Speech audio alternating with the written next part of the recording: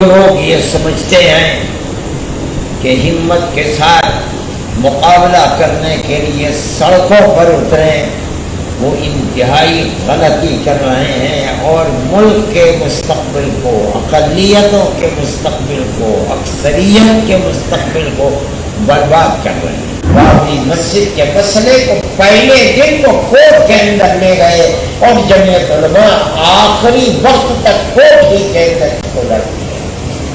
جو لوگ اس کو سڑکوں پر لے کر کے آئے، میں نام لینا نہیں چاہتا، کچھ زندہ ہیں، کچھ دنیا سے چلے گئے، انہوں نے اس مسئلے کو خراب تو کیا ہے لیکن اس کو کامیابی سے ہمکنار نہیں کیا۔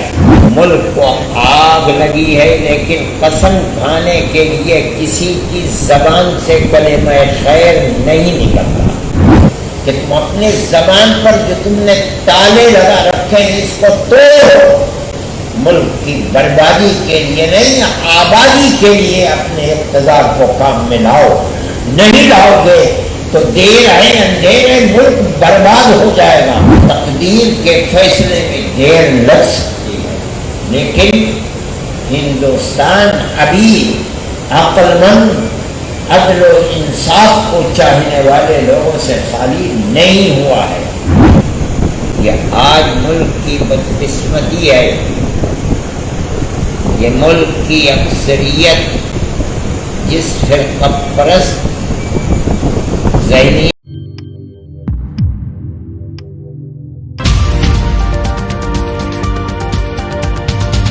السلام علیکم، آداب دوستو، میں ہوں شمس سعید اور آپ دیکھ رہے ہیں نیوز ہر خبر آپ تک۔ دل کی بھی یہ آواز ہے، ہو سکتا ہے کہ مستقبل میں آنے والے قریب کے دنوں میں اللہ تعالی اس کے لیے ایسی صورت سامنے لے آئیں جو آپ سب کے لیے موجب اطمینان ہو انشاءاللہ۔ انشاءاللہ۔ ملک کی موجودہ صورتحال میں ہمارے اکابر رحمہم اللہ کی زندگی جو ملک کے لیے قربانیوں بھری زندگی تھی، اس کو دیکھتے ہوئے لیکن میں آپ حضرات کے سامنے اس بات کو رکھنا ضروری سمجھتا ہوں کہ ان حضرات نے جن کو اللہ نے بڑی بصیرت عطا فرمائی تھی، ہمارے وہ اکابر جنہوں نے قید و بند کی مصیبتوں کو ہنستے کھیلتے برداشت کیا تھا، ملک کی آزادی کے بعد جن مسائل سے مسلم اقلیت دوچار ہوئی، ان مسائل کا مقابلہ کرنے میں وہ لوگ کبھی سڑکوں پر نہیں اترے۔ آپ ان کی زندگی کو دیکھ لیجئے۔ مجھے خوب یاد ہے کہ ملک کی آزادی کے بعد اسی ہندوستان کے اندر بابری مسجد کا مسئلہ اٹھا۔ ہمارے اکابر رحمہم اللہ جن کی زندگی مجاہدانہ زندگی تھی،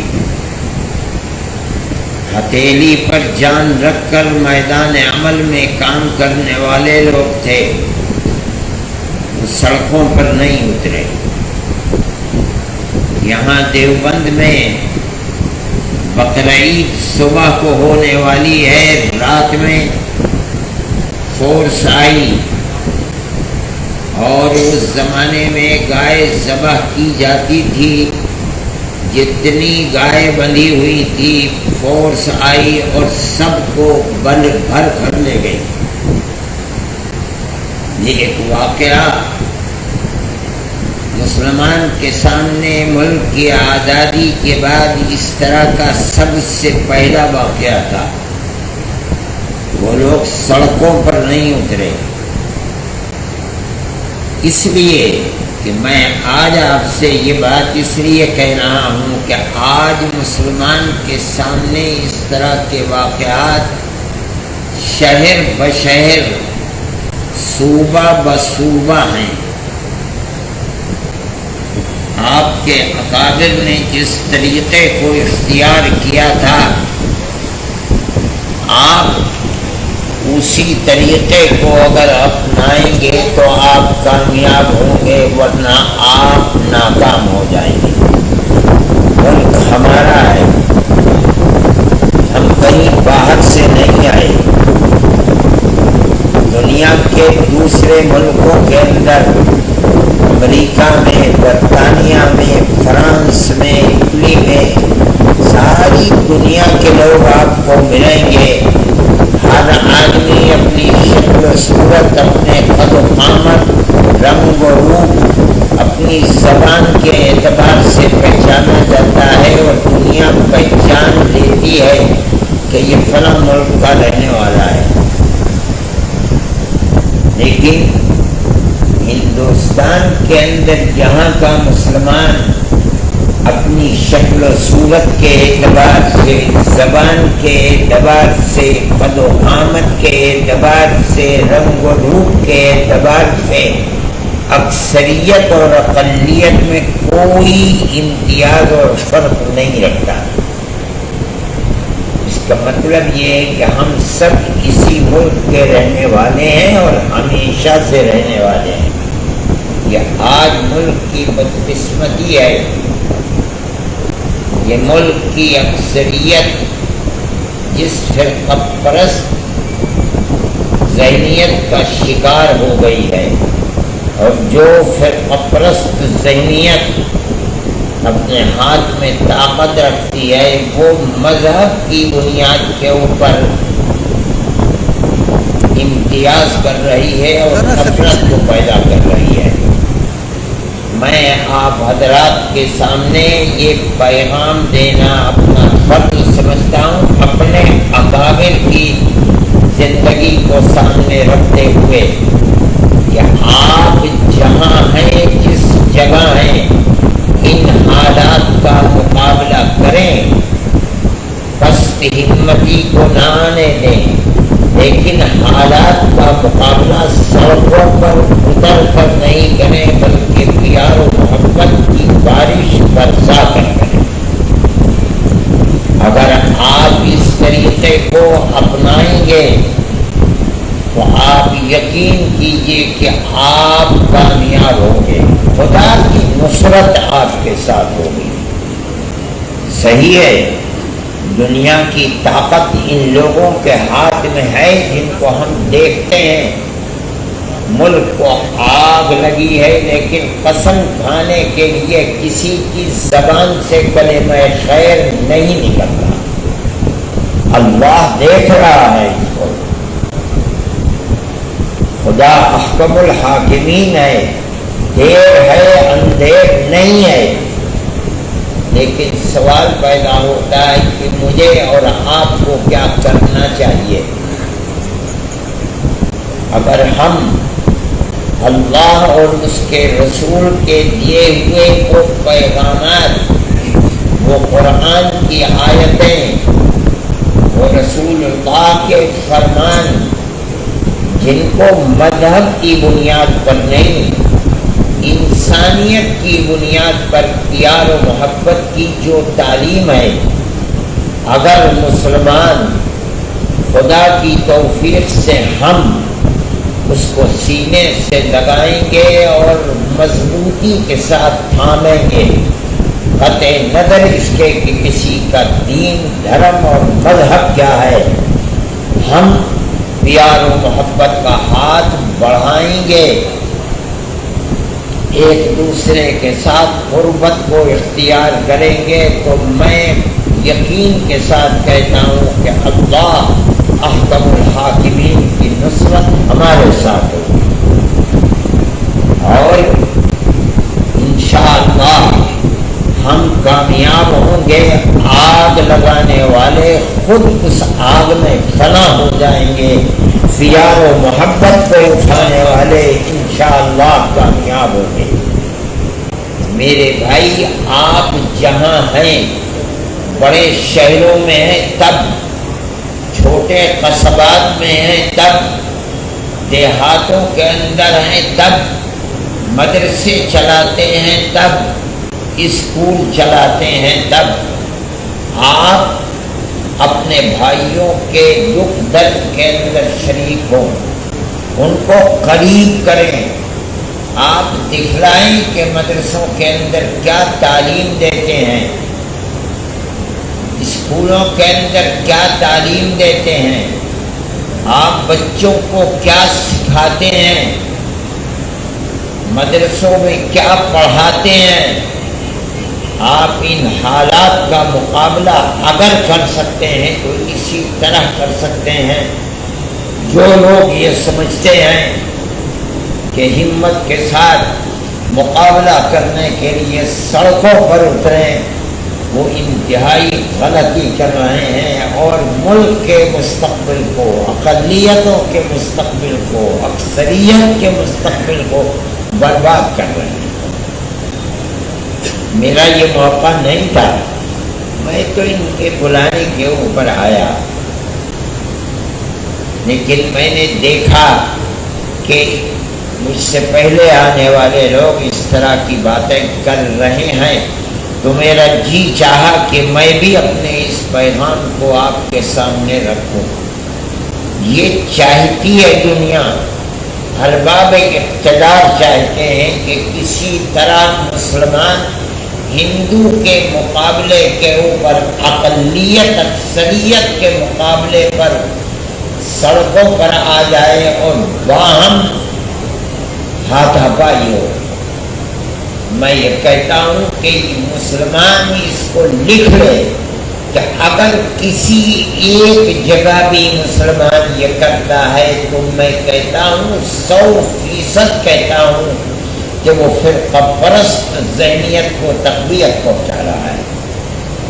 اپنے اندر حوصلہ پیدا کیجیے، ہمت پیدا کیجیے اور پیار و محبت کی فضا پیدا کیجیے۔ ہمارا مقابلہ کسی ہندو سے نہیں ہے، ہمارا مقابلہ اس حکومت سے ہے جو حکومت لوگوں کو استعمال کر رہی ہے اور ملک کے امن و امان کو برباد کر رہی ہے، آگ لگانا چاہتی ہے اور مذہب کی بنیاد کے اوپر آگ لگانا چاہتی ہے۔ ہم اس کے مقابلے کے اندر کورٹ میں جائیں گے، ہر کورٹ میں جائیں گے، لوور کورٹ میں جائیں گے، اپر کورٹ میں جائیں گے، سپریم کورٹ میں جائیں گے، ہائی کورٹ میں جائیں گے۔ ہم امن و امان، عدل و انصاف کی دہائی دیں گے۔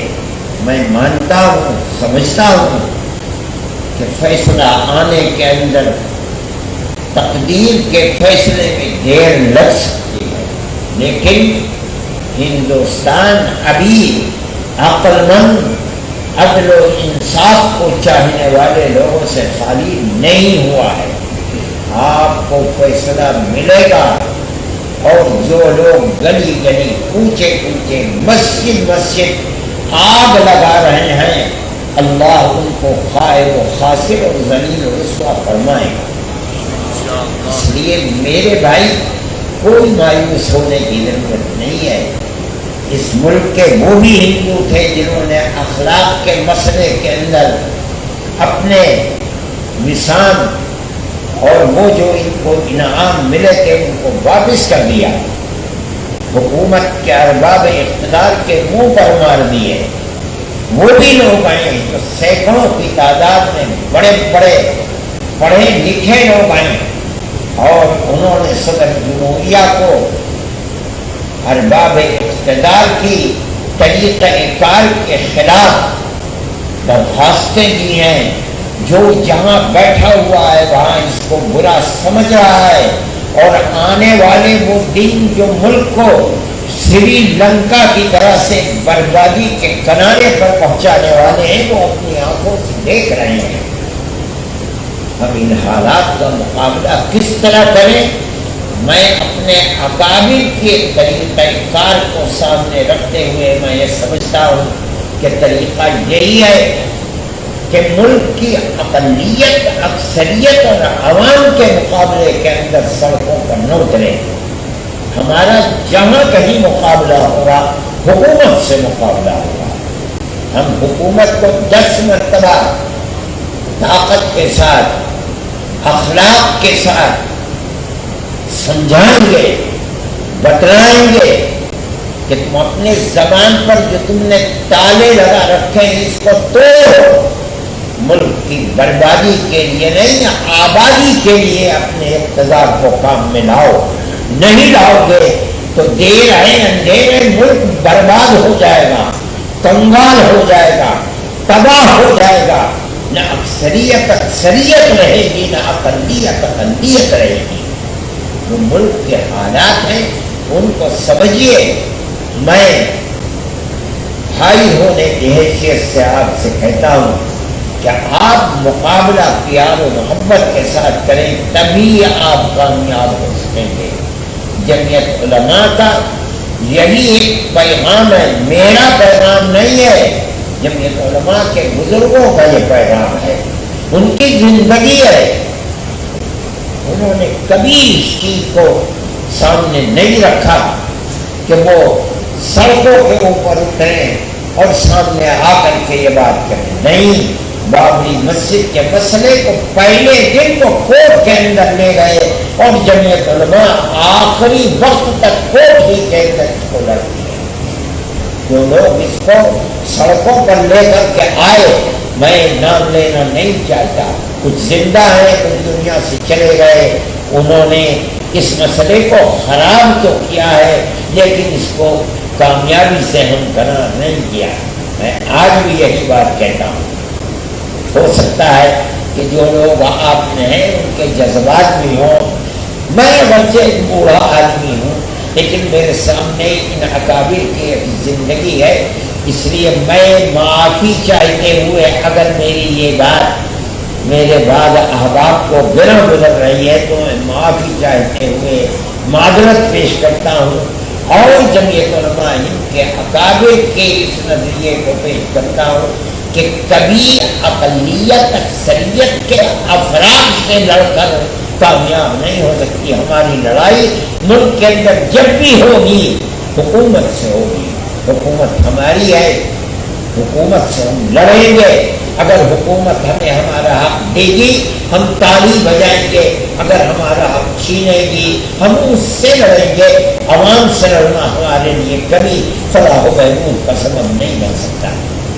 میں اپنے ان کلمات کے ساتھ میں پھر اللہ کی ذات سے یہ توقع رکھتا ہوں کہ آنے والے دن آپ حضرات کے لیے خوشخبری کے دن ہوں گے انشاءاللہ. اللہ تعالی ہم سب کو اپنے فضل و کرم سے نوازے اور اللہ تعالی ملک کے اندر مسلم اقلیت کو مضبوط سے مضبوط تر فرمائے. نویدن ہے کہ ہمارے اس چینل کو لائک کریں، شیئر کریں اور سبسکرائب کریں. اور اس ویڈیو کو اگر آپ فیس بک پر دیکھ رہے ہیں تو ہمارے فیس بک پیج ہر خبر آپ تک کو ضرور لائک اور فالو کیجیے گا تاکہ آپ کو لیٹسٹ اپڈیٹ اور خبریں ملتی رہیں. اور خاص طور سے وہ خبریں جن کو گودی میڈیا نہیں دکھاتا ہے وہ ہم آپ تک پہنچانے کی کوشش کرتے ہیں. اس ویڈیو میں اتنا ہی. ہمیں دیجیے اجازت، آگے پھر ملاقات ہوگی آپ سے کسی ایسی خبر کے ساتھ. تب تک کے لیے جے ہند، دھنیہ واد دوستو.